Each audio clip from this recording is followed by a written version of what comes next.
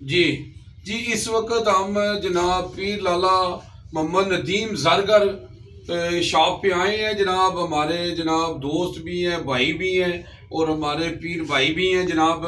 तो जनाब आज हमने रमज़ान मुबारक के वजह से जनाब इनको जनाब मुबारकबाद भी रमज़ान की देनी थी और कुरान पाक गिफ्ट करना था, क्योंकि कुरान पाक रमज़ान में नाजिल हुआ है और गिफ्ट इससे अच्छा और को गिफ्ट नहीं था कि मैं जो पीर साहब को दूं। तो मैंने कुरान पाक पीर साहब को गिफ्ट करना है जी। कुरान पाक एक ऐसी किताब है जो अल्लाह के यहाँ महफूज है और अल्लाह ने इसकी कसम दी है कि इसको कोई बदल नहीं सकता।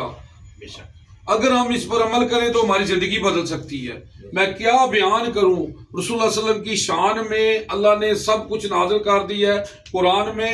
अम्मा आयशा से किसी ने पूछा आप सल्लल्लाहु अलैहि वसल्लम की सीरत क्या है, तो अम्मा आयशा फरमाती है कुरान कुरान। आप सल्लल्लाहु अलैहि वसल्लम फरमाते हैं कुरान पढ़ा करो, कुरान पढ़ा करो, कि तुम में से वो बेहतर है जो कुरान पढ़ता है और पढ़ाता है। तो जनाब आज हम अपने जनाब पीर साहब को कुरान पाक गिफ्ट करेंगे जनाब। पीर साहब कैसे हैं आप जनाब? ठीक हैं, बहुत शुक्रिया। पीर साहब बीमार थे जनाब।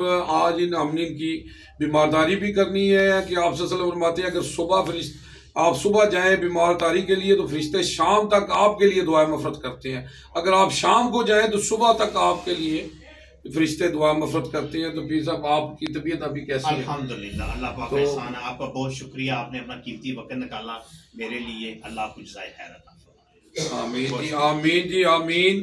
तो जनाब तो मैं जनाब यहाँ पे जनाब कहूँगा भाई साहब को कि जनाब माशाल्लाह जी। तो इनको ये थोड़ा इधर भी मार जी।